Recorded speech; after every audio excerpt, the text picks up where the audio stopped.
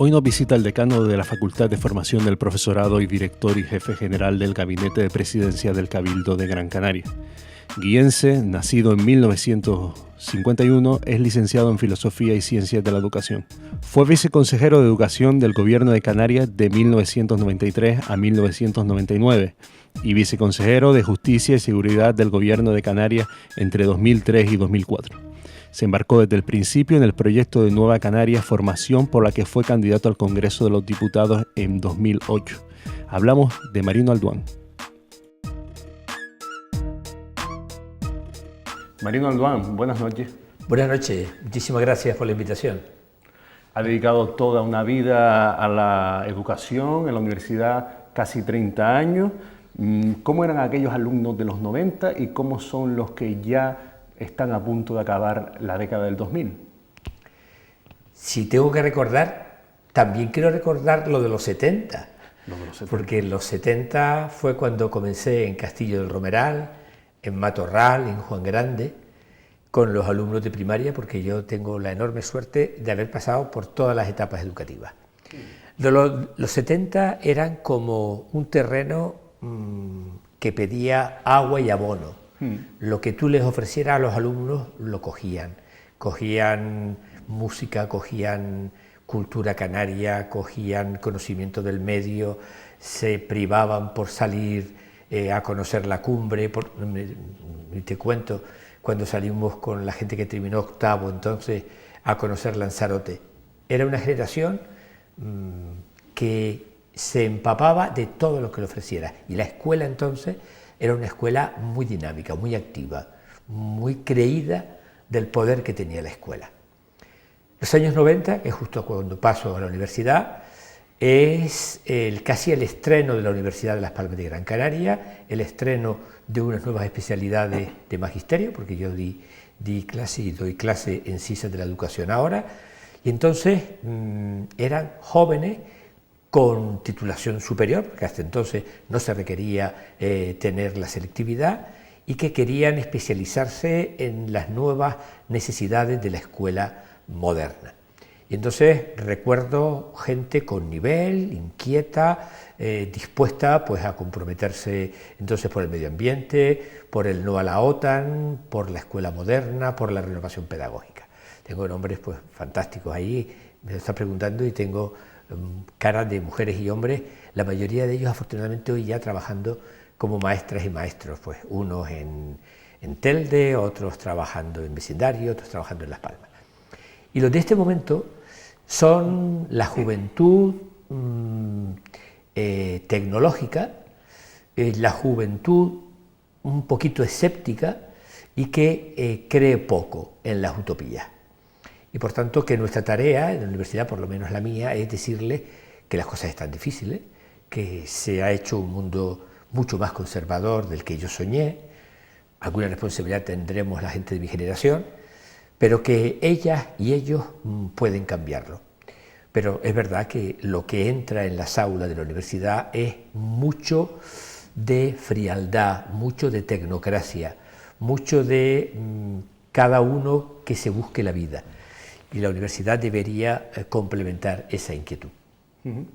Inquietud, por ejemplo, que me imagino usted encontró en esa obra cumbre de Manuel Alemán, que fue Psicología del Hombre Canario, y qué representó para usted como maestro esa obra, el retrato del hombre canario, ¿no? Muy importante. Yo creo que si tuviese que revisar qué grandes influencias he tenido yo en la vida, he tenido varias y casi todas positivas, pero hay dos fundamentales. Una la de mis padres, mi madre y mi padre, cada uno con sus características, y la influencia de Manuel Alemán en su obra y en su persona.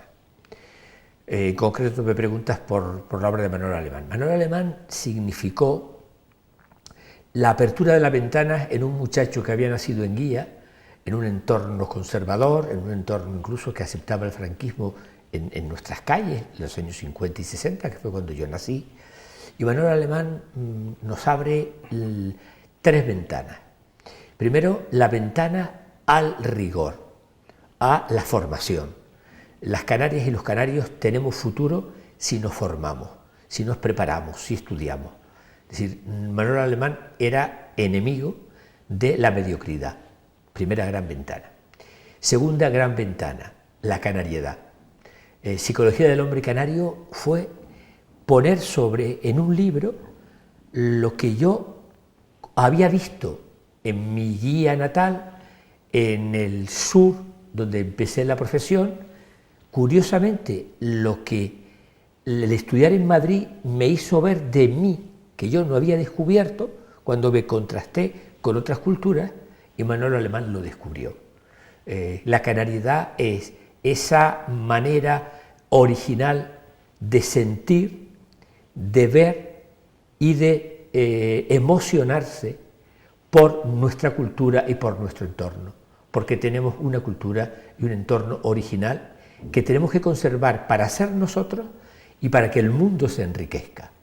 Sería una gran pérdida para el mundo que la cultura canaria desfalleciera. Hoy mismo hemos conocido la muerte de Juan Hidalgo, un creador mundial poco valorado entre nosotros y que también forma parte de la cultura canaria. Y la tercera gran ventana que me abre, sobre todo en la relación personal, Manuel Alemán, es la humanidad. La persona es sagrada y toda la vida económica, política, social, tecnológica tiene sentido si nos volcamos para las personas. Las personas son el centro de la historia y de la sociedad. Ni el dinero, ni el mercado, ni el poder. Todo eso son herramientas, la economía, la política, la cultura, para el engrandecimiento de la persona y de la persona en libertad y en igualdad. No me digas tú que una persona que te abre en la relación personal que tuve la dicha de tener, Tafira en Madrid, de nuevo después en Las Palmas de Gran Canaria, esas tres ventanas, no es para estar eternamente agradecido. Desde luego. Y Fue un lujo. Sí, un lujo, ¿no? Sí. Yo me puedo declarar que soy alemanista, sí. Alemanista emocionado. Y un poco siguiendo un poco la trayectoria educativa y con todas esas influencias de la psicología del hombre canario, las experiencias en los institutos, en el año 1991 funda el Sindicato de la Enseñanza de los Trabajadores. Un poquito antes. Antes de 1991. El STEC se funda a partir de un gran acontecimiento que hemos celebrado justo el año pasado, que fue el famoso boicot a las oposiciones de magisterio, que fue aquel gran movimiento de las maestras y de los maestros en defensa de su puesto de trabajo y en defensa de la escuela canaria. Eso ocurrió en el año 1977, recién muerto el dictador, y al año siguiente comprobamos, después de aquella lucha y de aquel éxito, porque conseguimos que esos puestos de trabajo fueran fundamentalmente para maestras y maestros canarios que conservaran la tradición cultural y que conservaran el aprecio de nuestros niños y nuestras niñas a nuestra cultura. Comprobamos, aquellos maestros y maestras ingenuos y utópicos, afortunadamente, que no bastaba un movimiento en la calle, sino que necesitábamos una organización. Entonces, pues cientos de maestras y maestros de entonces fundamos entonces el Sindicato de Trabajadores del País Canario. Y en poquito, eso fue el año 78, a poquito, como se creó un partido del País Canario, pues consideramos que no debía parecernos ni tan siquiera en la denominación y retiramos lo del país, aunque tengamos alma nacionalista, sin duda ninguna. Y la evolución histórica, después de tantos años que lleva ese sindicato activo, ¿cómo la evalúa? ¿Qué opinión le merece? A mí me parece que ha sido, si lo analizamos, 77, 78, 2018, que ahora se van a cumplir los 40 años de la fundación, yo creo que es uno de las grandes herramientas de progreso y de cambio que ha tenido la sociedad canaria, porque nos ha aportado primero dignidad. Las maestras y maestros, el profesorado en general, porque el STEC trabajó inicialmente mucho con la educación primaria, pero después trabajó con secundaria, afortunadamente, y ha tenido presencia en la universidad con otros nombres. Yo creo que el primer elemento es la dignificación de la función docente. Creo que una sociedad como la canaria, que no había tenido educación pública de calidad hasta que llegó la Constitución y sobre todo el Estatuto de Autonomía, necesitaba dignificación, prestigio, autoestima. El STEC nos aportó eso, tanto en la lucha, en la estabilidad del empleo, en la lucha contra la invasión de un modelo de oposiciones que era injusto, como en la dignificación salarial con el tema de la homologación, como en la lucha contra expedientes a directores que fueron sancionados injustamente, como en la difusión de la cultura canaria. Le cuento una anécdota importantísima. En el año 77-78 aparece un libro que hoy ya está muy desbordado, que fue Natura y Cultura. Y entonces el capitán general de entonces, creo que se llamaba González del Hierro, consideró a los servicios de información militar que hubiese un seguimiento de la utilización y el uso en las escuelas del año 78 y 79 de aquel libro, que era una herramienta inicial, pero la primera que después de la democracia las maestras y los maestros teníamos para acercarnos a la historia, a la etnografía, al arte, a la política, a la economía, desde todo el periodo histórico anterior y posterior a la conquista. Bueno, pues aquel libro, que era un libro informativo y que venía simplemente a valorar la cultura canaria y la naturaleza canaria, pues fue considerado por el capitán general de entonces como un objeto peligroso que requería el seguimiento de los servicios de información militar, para que veamos en qué situación estábamos. Por lo tanto, el STEC fue y es una herramienta muy importante de progreso, como lo han podido ser otras organizaciones sindicales a nivel intersectorial, como han sido los ayuntamientos, como fue y es la universidad. Pero es una herramienta que tenemos que valorar, porque las canarias y los canarios con frecuencia no valoramos lo que construimos. Y el STEC es una obra hecha por nosotros mismos, en beneficio de la escuela canaria. En 1993 pasa a formar parte del Gobierno de Canarias como viceconsejero de Educación, Cultura y Deporte. Eran años de muchos estrenos, de muchas novedades en cuestiones educativas. Su propio análisis de ese momento, ¿cómo es? ¿Se hizo lo que se pudo? ¿Se podía haber hecho más? ¿O se hizo lo que razonablemente se pudo hacer? Entenderá usted y los televidentes que no soy imparcial. Claro, yo creo que casi nunca se es imparcial cuando se opina o cuando se escribe, ¿verdad? Pero yo adelanto que no puedo ser parcial porque yo fui artesano, yo estuve en la construcción de aquella situación. Y lo primero que quiero comentarle es que nosotros sí quisimos aplicar el programa. Todo aquello que habíamos elaborado en el Sindicato de Trabajadores de la Enseñanza, después en las escuelas de verano, que fueron los encuentros donde el profesorado se reunía de una manera autónoma para formarse, para innovar, para poner en común experiencias, desde el año 78, la primera escuela de verano de Canarias, y después en los movimientos educativos nacionalistas, fundamentalmente Iniciativa Canaria, quisimos llevar adelante un programa. No llegamos al gobierno a ver lo que salía. Dijimos, queremos impulsar la escuela canaria en la que creemos. Y nos aprovechamos, si me permite la expresión, de que en aquel momento estaba comenzando a implantarse la LOCSE. La LOCSE fue la segunda gran reforma de un gobierno socialista para ampliar el tiempo de educación, para garantizar que todos los ciudadanos y ciudadanas tuviéramos al menos la secundaria obligatoria, para que se adelantara a los 3 años la educación infantil, para que hubiese, en definitiva, un incremento de la cantidad y de la calidad de la educación, para que se integraran todas las personas con alguna discapacidad, de forma que hubiese una educación para todas y para todos. Nos creímos aquel proyecto, que juntaba progresismo y canariedad. De aquella época, si quiere que le resuma algunos números, de aquella época pues significó construir prácticamente 100 nuevos centros en toda Canarias, tanto de infantil y primaria como de secundaria.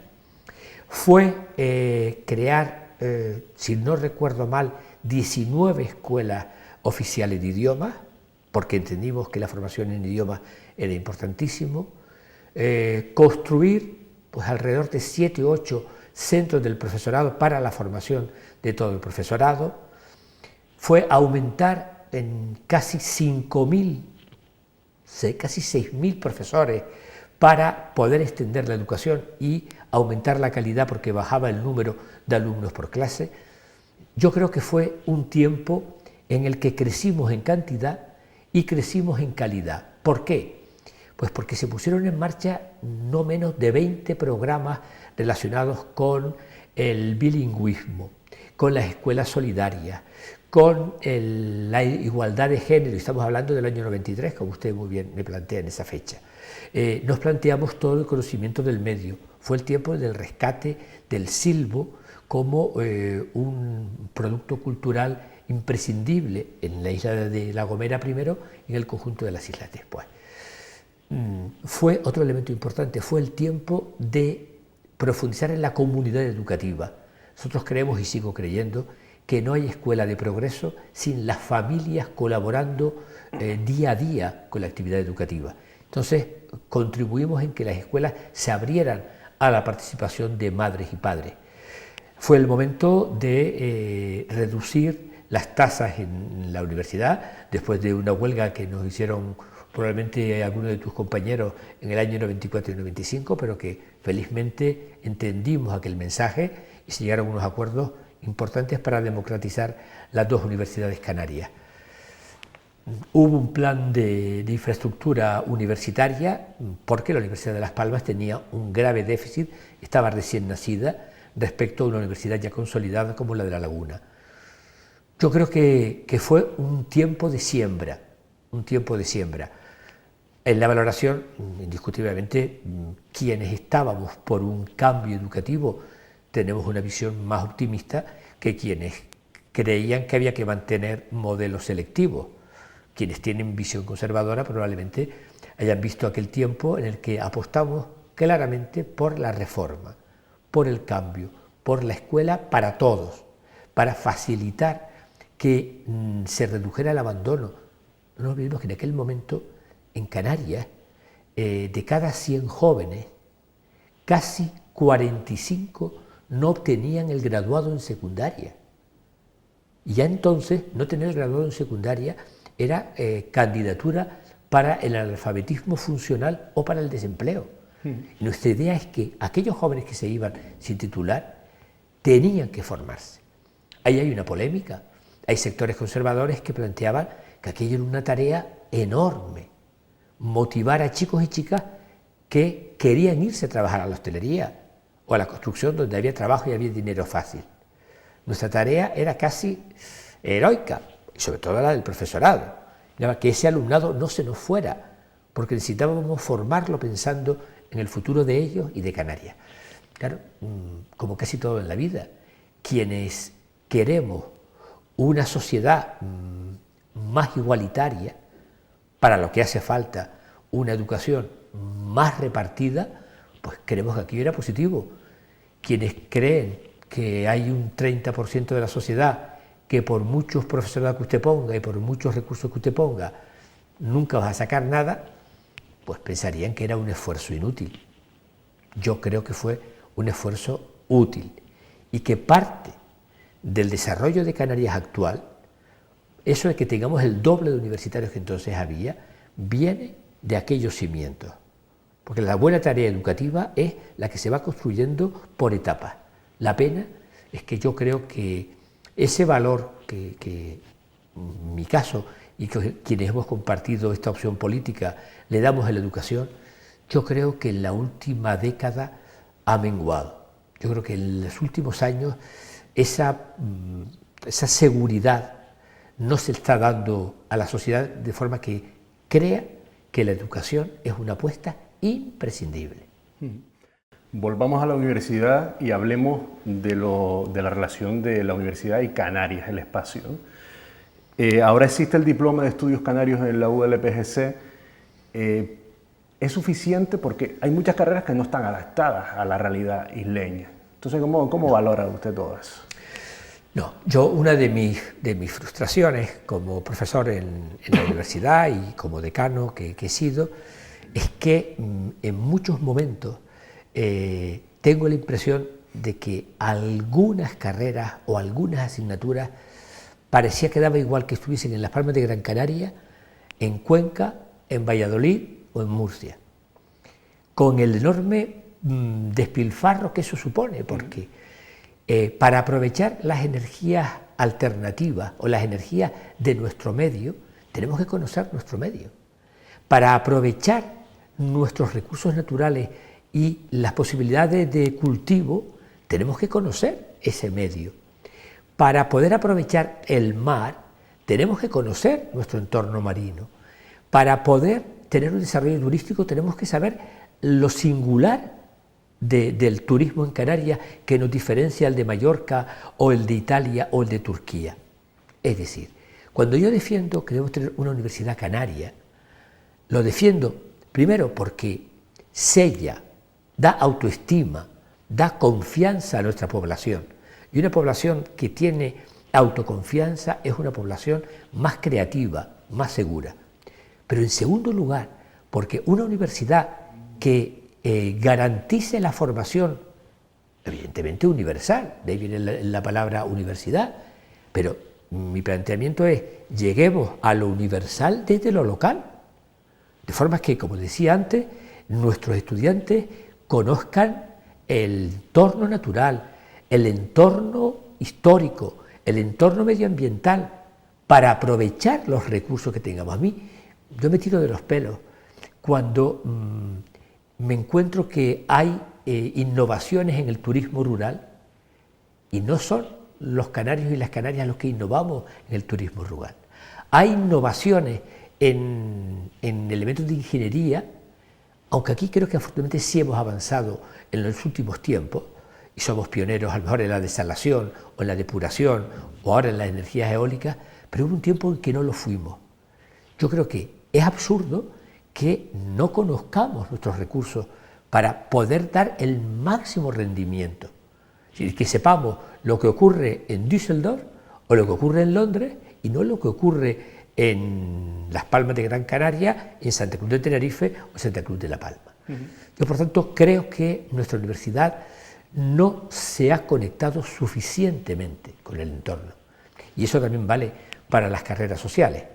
Yo creo que yo vivo con terror, esa es la palabra, cuando recibo a los alumnos en primero y me encuentro que hay un desconocimiento de nuestros parques naturales, un desconocimiento de nuestros museos fundamentales. Yo siempre he defendido en la universidad que no se debería titular, al menos en ciencias de la educación, sin el conocimiento de los parques naturales, de los museos fundamentales. Uno no puede ser maestra y maestro sin conocer el Museo Canario, o sin conocer la Cueva Pintada, o sin conocer los grabados de Balos, o ahora sin conocer las montañas sagradas de la cumbre de Gran Canaria y Risco Caído. Lo mismo que uno no puede ser maestro si no ha leído elementos fundamentales de nuestra poesía en Agustín Millares, en Pedro Lescano, en Pedro García Cabrera, o haber leído a Tomás Morales. Yo creo, o no haber conocido nuestra historia lejana, porque tenemos que saber que tuvimos un pasado anterior a la conquista y que tenemos un presente.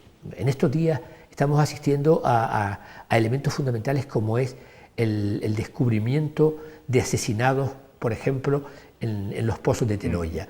Nuestros alumnos no saben que todavía hay pozos donde se tiraron vilmente y se represaliaron a ciudadanos por el simple hecho de ser sindicalista o de ser republicano.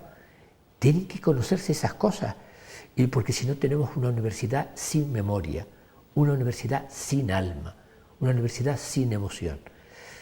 Y sería peor para todos.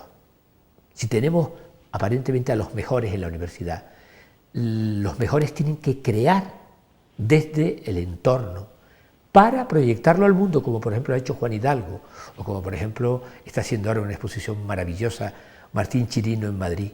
Es decir, qué orgullo, y además cómo conectamos con la obra de Martín Chirino en el que nos expresa de una manera bella, con materiales preciosos, elementos que tienen que ver con nuestros grabados, con nuestra historia, hasta con nuestra geografía. Esa yo creo que es la universidad que tiene futuro. Ahora, ustedes, la gente joven, es fundamental que colaboren en esto, ¿eh? Solo los puretas no podemos ser los que reflexionemos en esta dirección. Sí, bueno, digamos que es una labor intergeneracional, ¿no? Pero que, bueno, dentro de la juventud también hay una labor muy importante de llegar a este tipo de caminos, ¿no? Por otro lado, una de sus líneas de investigación es la relación entre el origen sociocultural y las posibilidades educativas. Sí. En un entorno de una pobreza crónica como Canarias, ¿no? Que vemos que está cronificada esta pobreza, ¿cómo influyen estos condicionantes? Decisivamente. Yo vengo de una familia de clase media en el que estudiar era natural.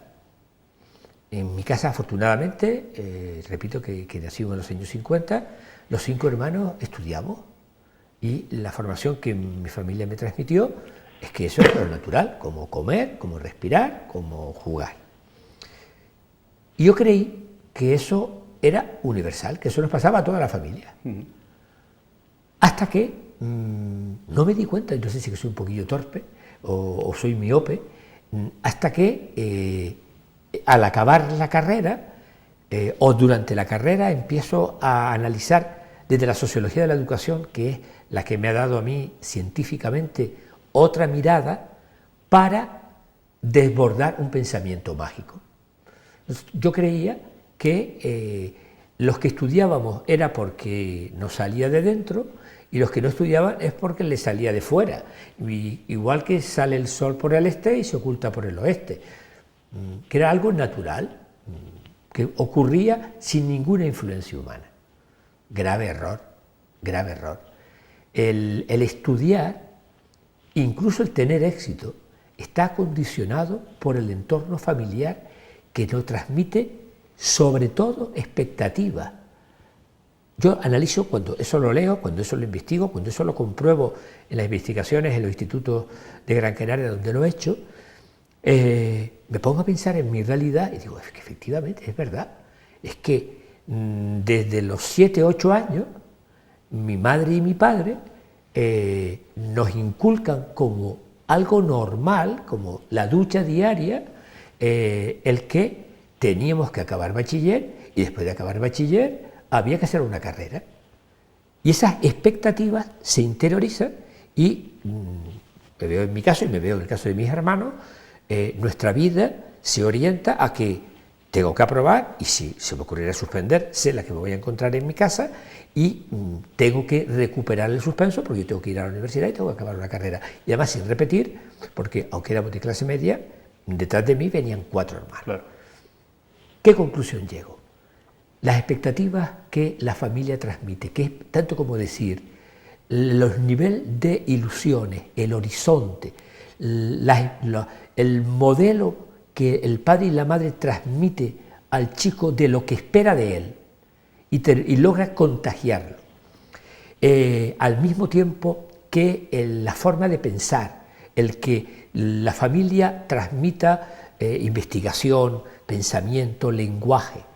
El propio lenguaje, el que tengamos una familia con un lenguaje elaborado o tengamos con un lenguaje básico, son elementos que nos preparan para el éxito o para el fracaso.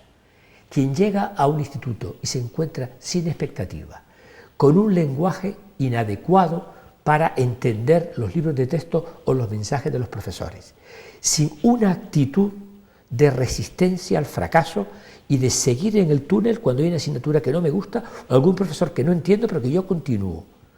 Si yo no llego al instituto sin esas preparaciones, sin ese entrenamiento, que repito son expectativas, lenguaje, actitudes, soy carne de fracaso.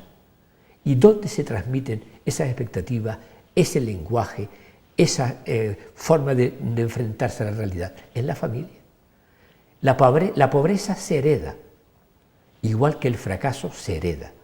Es decir, cuando yo analicé este tema, de los 35 jóvenes canarios que no titulaban, que se iban de los institutos sin titular. De los 35, 30 eran hijos e hijas de clase trabajadora que no habían recibido este estímulo, no habían recibido esta motivación para continuar. Y no tienen nada que ver con la inteligencia, porque de esos 35 que se iban, se va gente brillantísima, se va gente lista, gente dinámica, pero que no estaba preparado para el modelo educativo tal y como está. Igual en otro modelo, ellos serían los reyes del mambo, pero en este, donde hace falta esfuerzo, estudio, concentración, comunicación verbal, autoconfianza, para esas familias estaban en desventaja. Por tanto, la escuela reproduce las desigualdades. Y una sociedad democrática lo que tiene que hacer es compensar esas desigualdades, porque Geray Santana González no tiene culpa, Geray Santana, de haber nacido en una familia que tiene que trabajar de sol a sol y que no tiene tiempo de dedicarle horas para estimularlo, para hablarlo, para enseñarle a hablar, sino que sale el padre y la madre, uno a la construcción y otro a limpiar, y cuando vuelve están agotados, y bastante es con que Geray cene, coma y se vaya limpio a la cama. No sé si me estoy... Sí, perfectamente. Por tanto, no hay culpabilidad en la familia. Bastante hacen las familias con garantizar que estén sanos, que sean gente honesta, que sean gente mentalmente alegre. Pero las familias que están solo volcadas en el trabajo porque los recursos no se lo permiten, están en peores condiciones para el éxito escolar. Una sociedad democrática tiene que compensar eso y no está haciéndolo suficientemente. Vamos a ver. Yo quisiera responder en esta ponencia marco a 3 preguntas. La primera, a lo largo del comentario, y que en cualquier momento, si hiciera falta, entraríamos en un coloquio. La primera es que si tiene sentido hablar de pobreza en la sociedad aparentemente del primer mundo en la que vivimos. En segundo lugar, ¿qué consecuencias directas tienen sobre la infancia como gran colectivo vulnerable? Y en tercer lugar, preguntarnos si la educación, en una visión amplia y global, tiene respuestas para la situación de la infancia empobrecida. Cerramos con su actividad política. En el año 2008 se presenta a las elecciones al Congreso de los Diputados, a las elecciones estatales por Nueva Canarias, obtiene más de 38.000 votos, cuarta fuerza más votada en el Estado español. Sin embargo, vemos que en el año 2011 Nueva Canarias va con Coalición Canaria y en el año 2015 va con el PSOE. ¿Por qué ese cambio de estrategia? ¿Cómo se percibe desde dentro? Pues probablemente porque de mi experiencia se hizo lectura del partido para decir: tenemos un magnífico programa, hace falta tener una voz en Madrid, lo estamos comprobando ahora, en el que un diputado está produciendo cambios importantes que el Partido Popular, con 5 años de mayoría absoluta, no se acordó. Yo cuando en este debate político plantea, es un diputado en Madrid, digo, sí, pero es que ustedes tuvieron 182, ¿y dónde estuvo el convenio de carreteras que no lo recuperaron? O el convenio de costas, o las ayudas al transporte. Es decir, 182 olvidados de Canarias, uno peleando, no sé si como drama o como ventejuí, porque Canarias cuente en el Estado, porque a veces, absolutamente los pobres, a veces las aritméticas nos ayudan. Entonces, ¿qué ha cambiado? Pues la sensación de que lo importante, manteniendo los objetivos fundamentales, a veces hay que ser menos puro, porque el programa del 2008 era muy puro, era un proyecto nacionalista de progreso en Madrid y no tuvimos suficiente confianza. A partir de aquí, ¿qué fue lo que se planteó? Tengamos un programa que sea la defensa de Canarias ante un Estado que gobierne el Partido Popular o gobierne el Partido Socialista, se olvidan de las comunidades con 2 millones de habitantes que además estamos a 2.000 kilómetros. Esa es la triste realidad. Y entonces dijimos, oiga, si tenemos que defender cosas fundamentales, tenemos que acompañarnos a lo mejor con quienes no compartimos muchas cosas. Yo, por ejemplo, soy muy crítico en este momento con el gobierno autonómico de Coalición Canaria, muy crítico en el tema educativo, en el tema sanitario, ni le cuento en el tema de servicios sociales, ni le cuento en el tema energético, que están queriendo llegar al pasado con un discurso de no se sabe qué. Y puede que un ciudadano me diga, pero si usted es tan crítico con el gobierno de Coalición Canaria, ¿cómo después puede pensar en una unión? Pues porque los 700.000 votantes en la provincia de Las Palmas no entienden que hay que reforzar un proyecto nacionalista solo. Y entonces tenemos que juntarnos con quienes no compartimos 10 cosas, pero compartimos 7.